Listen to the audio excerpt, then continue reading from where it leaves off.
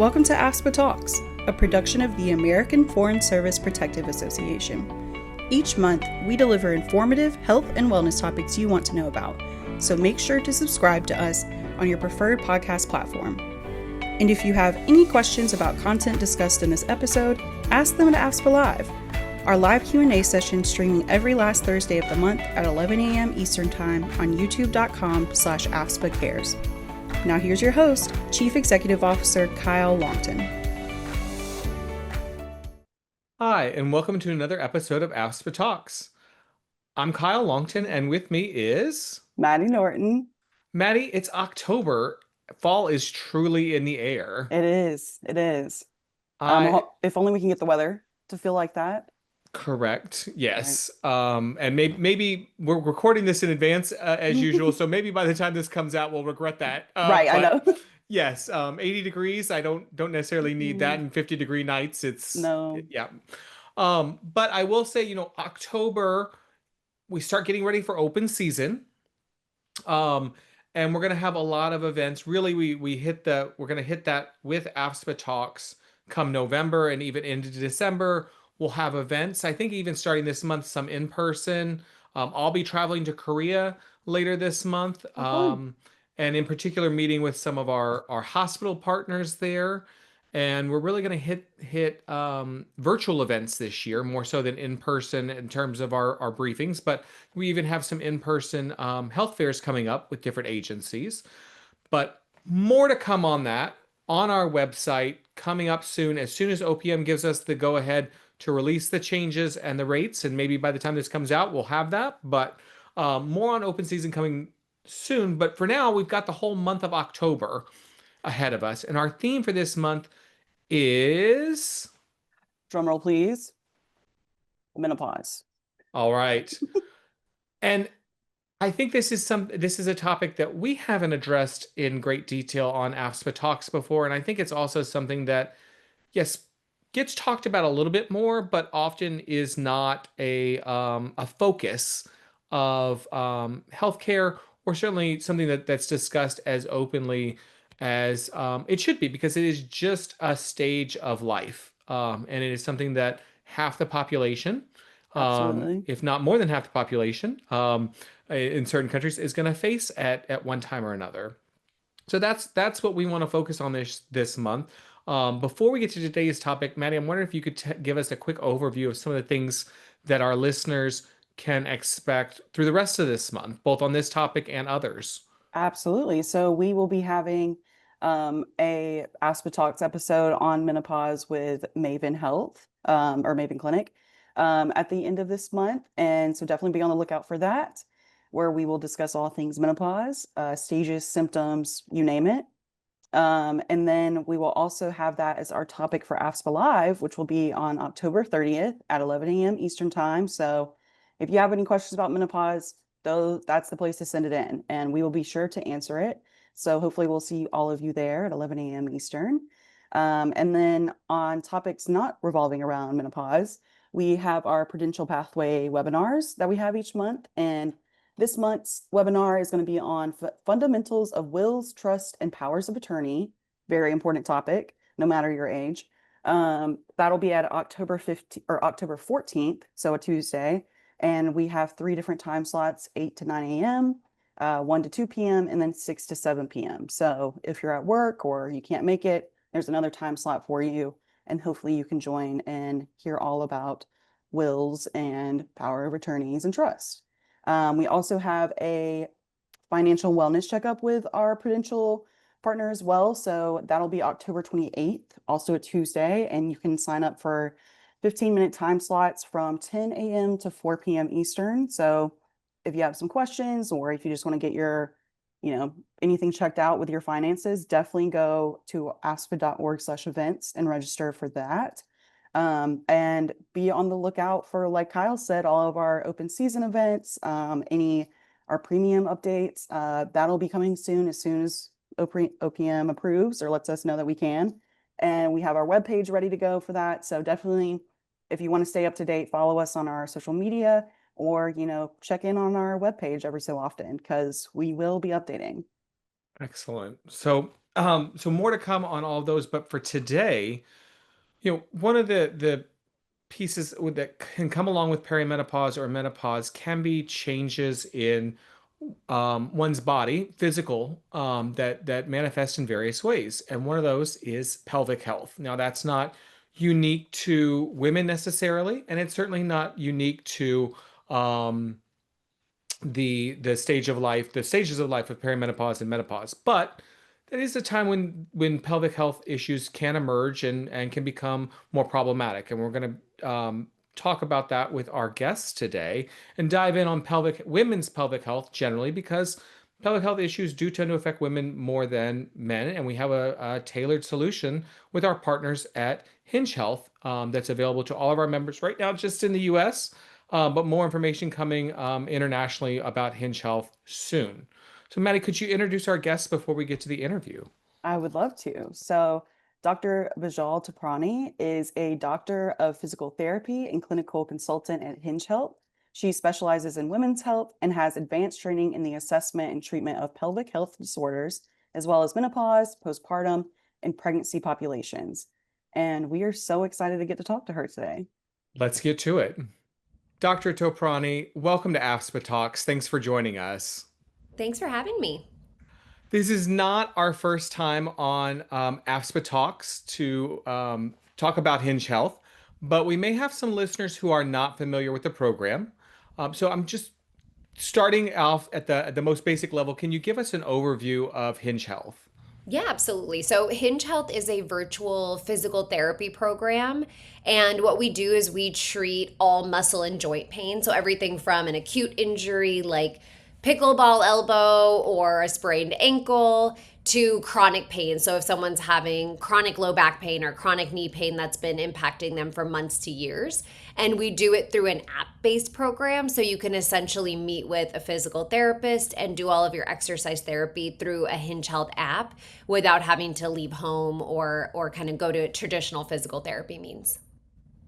That's Love that. incredible, especially with how common people have pain these days. I feel like I'm approaching my 30s and I wake up more and more often with a ache in my back. And I now know that I can use Hinge Health if I want it.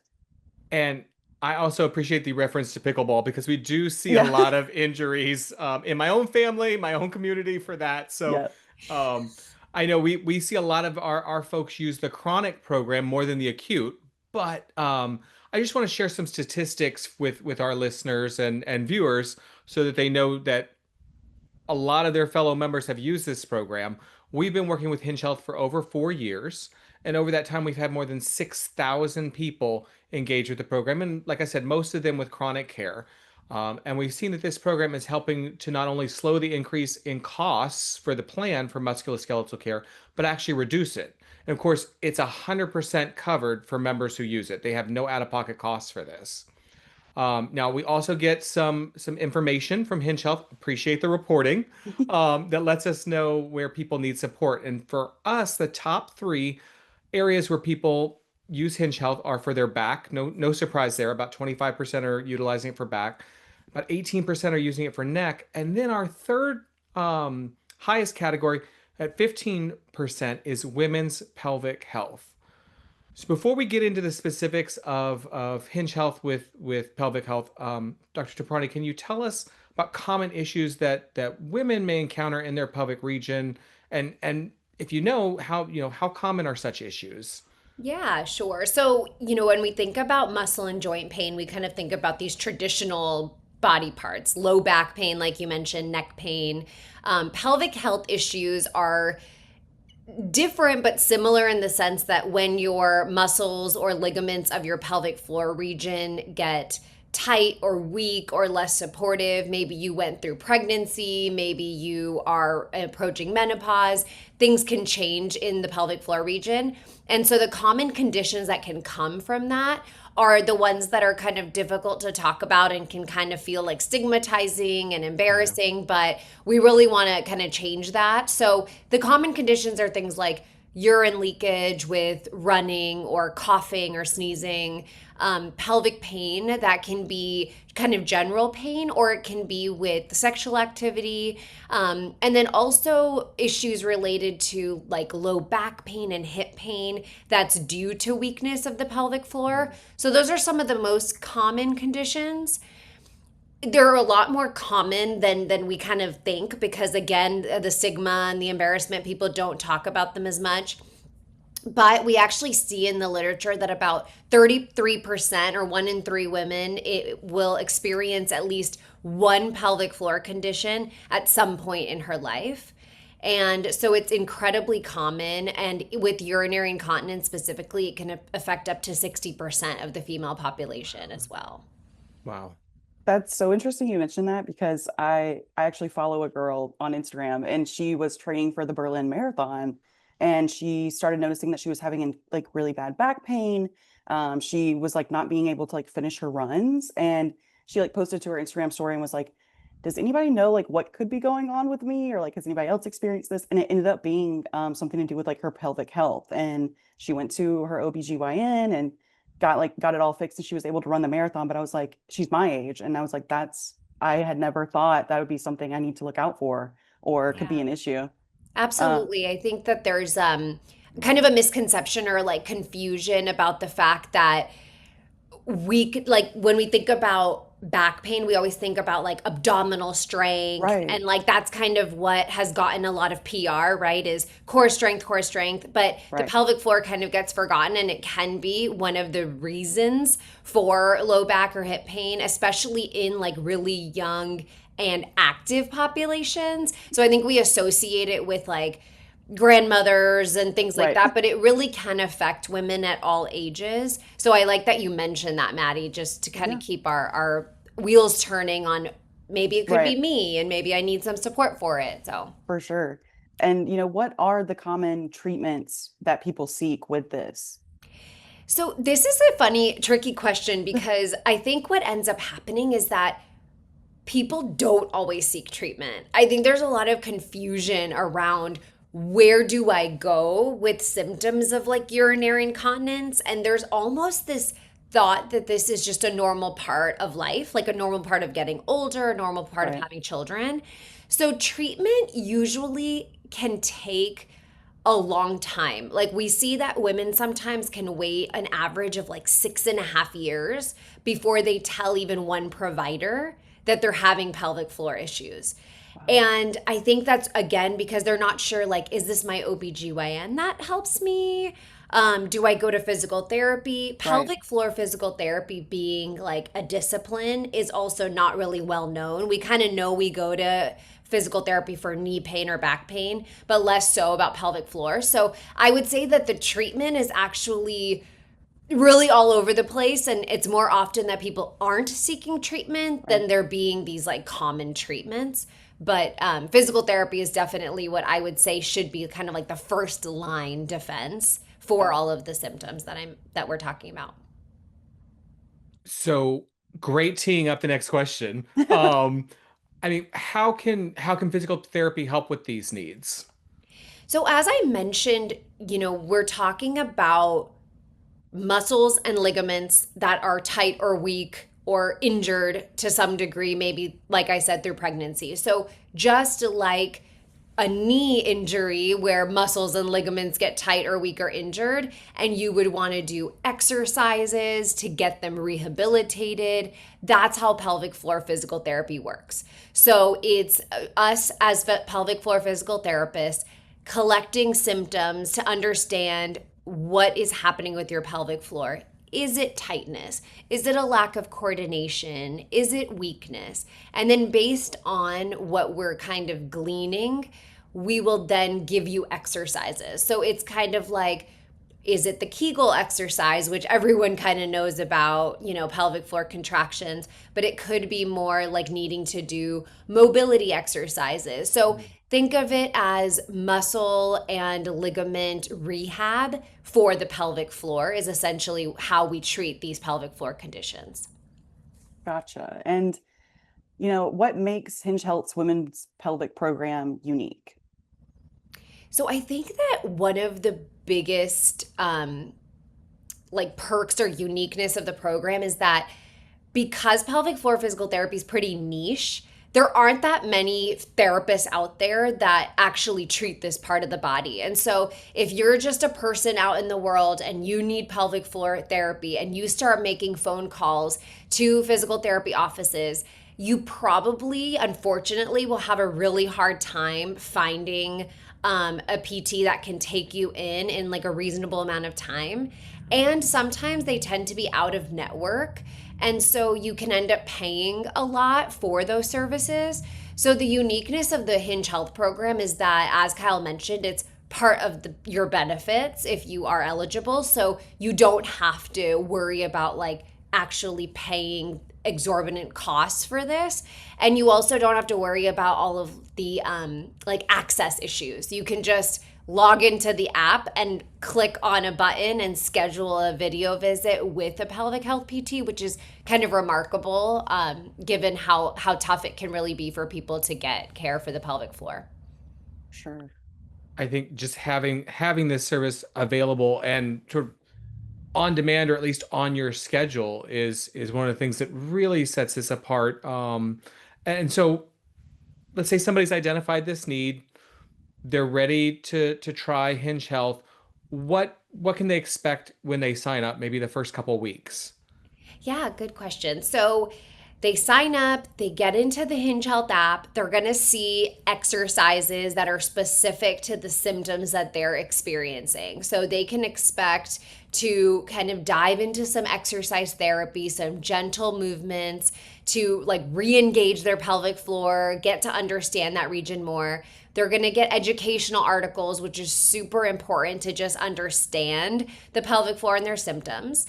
They'll be able to engage with a women's health coach. That's one of my favorite parts of the program too, is because the coach is kind of like your ally. They're checking in on how the exercises are going. They're checking in on, how to kind of motivate you and keep you in the program if you have questions. You also have access to a doctor of physical therapy that's trained in pelvic health. So you can go into the app and message the physical therapist, or you can schedule a video visit with them. So you can actually do a face-to-face call and discuss what's going on and ask all of your questions.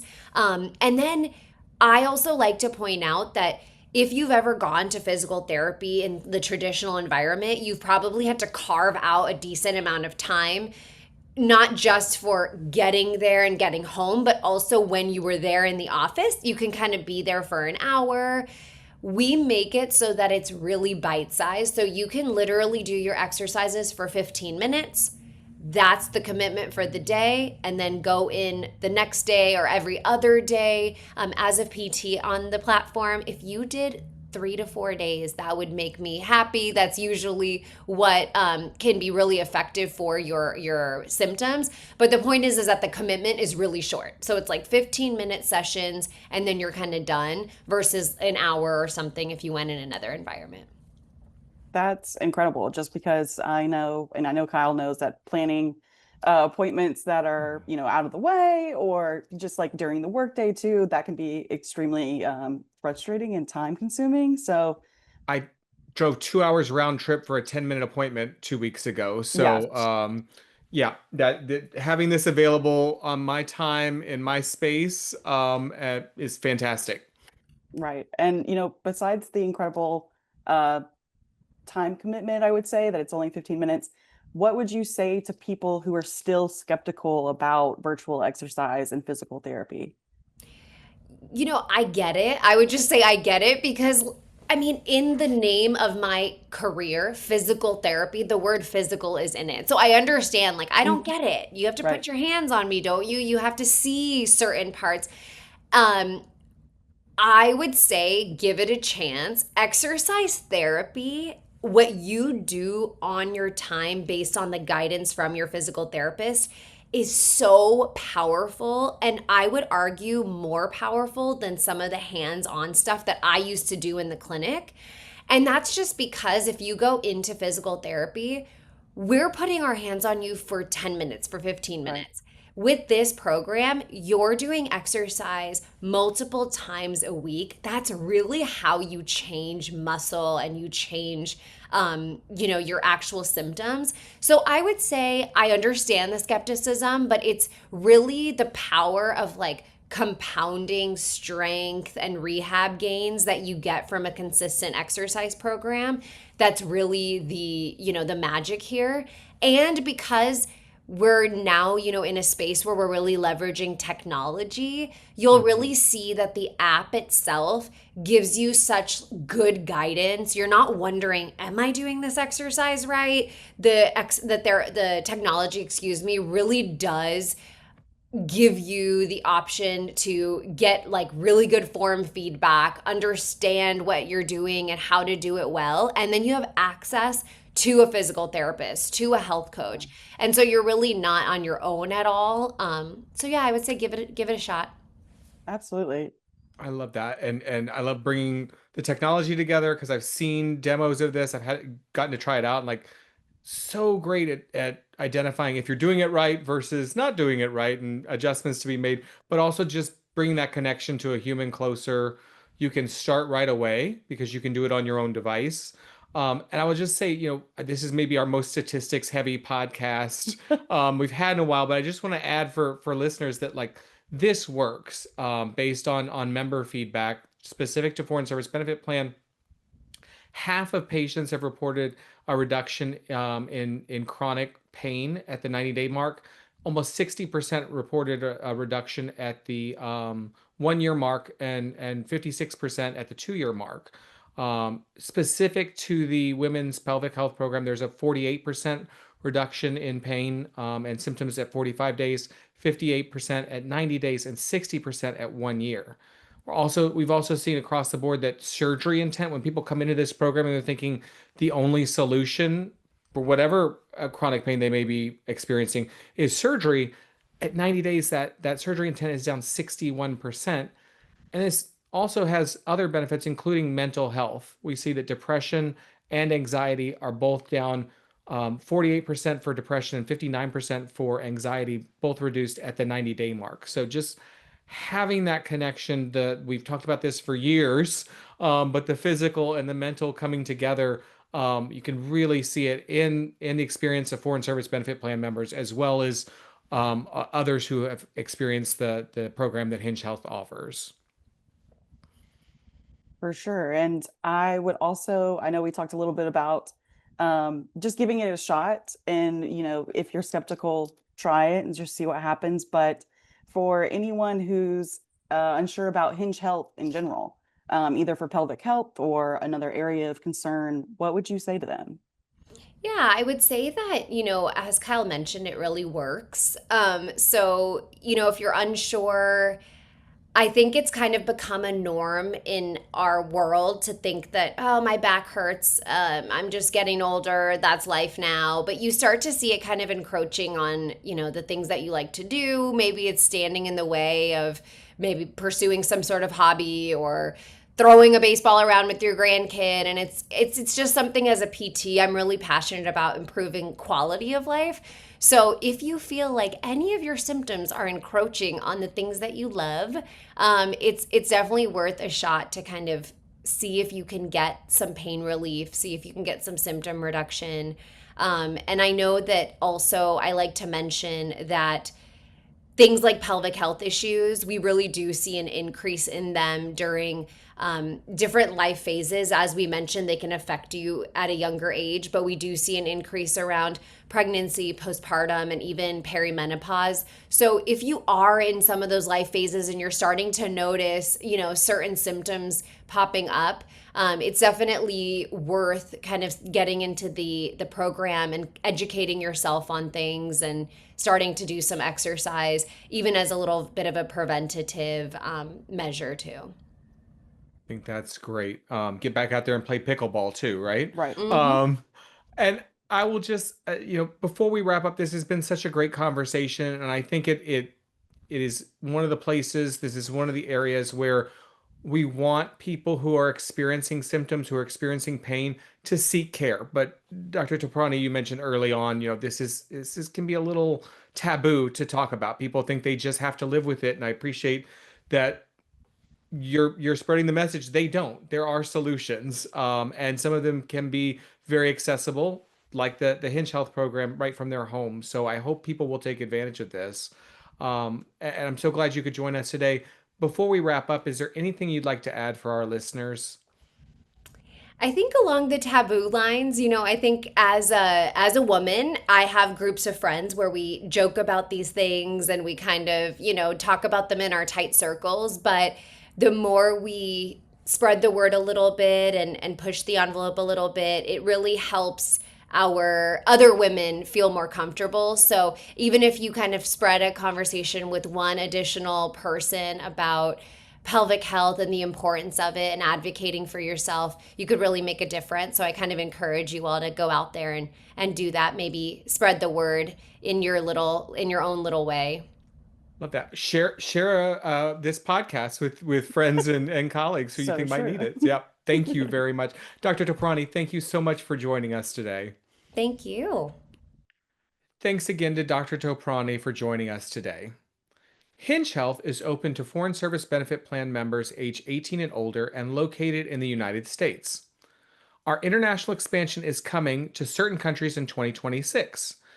We will send out an announcement to the membership to let you know where Hinge Health has been approved by local authorities, but I can tell you it includes Canada, the United Kingdom, Ireland, Germany, France, and other countries will be added throughout 2026 and beyond. For more information or to begin your Hinge Health journey, visit hinge.health/FSBP or click the link in the show notes.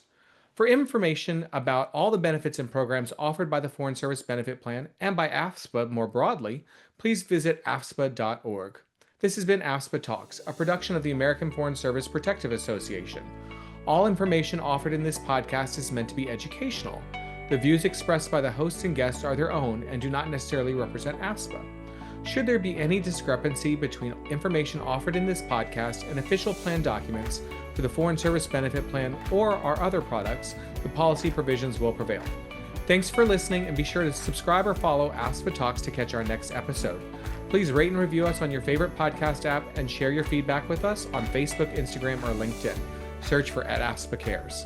We'll talk again soon. Thanks for listening to this episode of AFSPA Talks. Be sure to subscribe to our channel so you'll never miss an episode. If you have any follow-up questions about the topics in this episode, join our AFSPA Live Q&A session on the last Thursday of every month. We will be streaming live at 11 a.m. Eastern Time on our YouTube channel at youtube.com/AFSPA Cares. Thanks for listening.